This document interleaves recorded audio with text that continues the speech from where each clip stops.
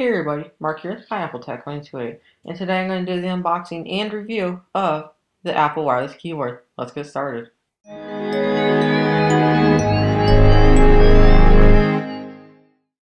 Taking a look around the box, you get a picture of the keyboard.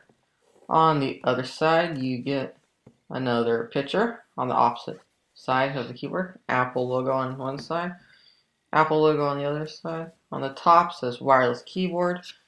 And on the bottom, it just shows some requirements about your Bluetooth and software versions, all that fun stuff. Ripping into the plastic, underneath that we get the box itself. Let's see if I can get it. Stuck. Nothing ever goes the way it plans on camera, does it? Okay, so let's see what we get. Here we get the keyboard. Now the lid doesn't want to go right. Okay, it's fine for now. You have a tab on the side to pull the keyboard up. And underneath that, you get the instructions and some more information there.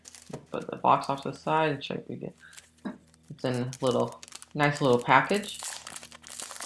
And in there, we get Apple wireless keyboard, just some setup instructions, Bluetooth information, and your limited 1-year warranty guide. Now let's pull the plastic off of the keyboard.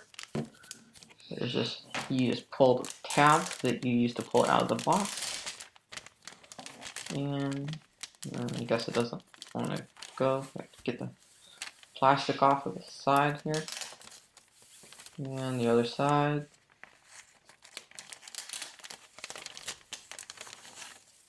Okay, and there's the keyboard. On one side of the keyboard, you get your power button with a little tab on there. And then on the other side of the keyboard, you get your battery compartment with yet another tab.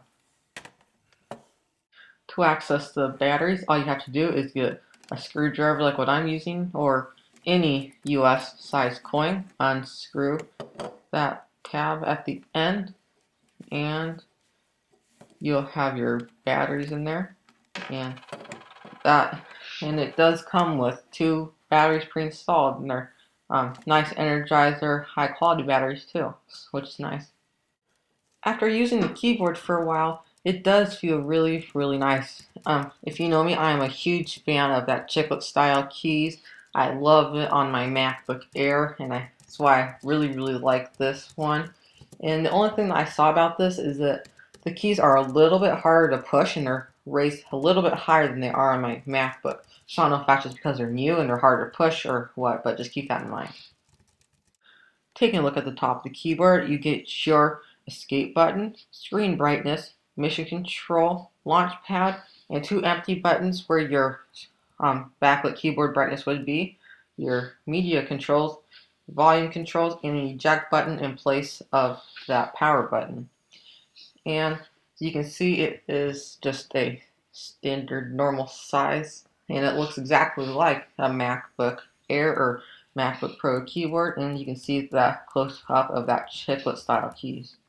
So like I said before, it is a very close resemblance of the MacBook Air or MacBook Pro's keyboard, and after looking at it, it looks like it's actually the exact same size as it too. It covers everything up exactly, and everything is pretty much identical. Thank you so much for watching. If you have any questions, be sure to leave them in the comment section below, and I will do my best to get back to you. If you like this video, be sure to click that like button. It really helps me out. And be sure to subscribe for more great videos. Stay tuned for the setup of this keyboard also. I'll be walking you through how to set this up. And stay tuned for the unboxing and review of the rechargeable batteries. I'm going to be sticking these in the keyboard. So stay tuned for all that stuff, and I will see you in the next one.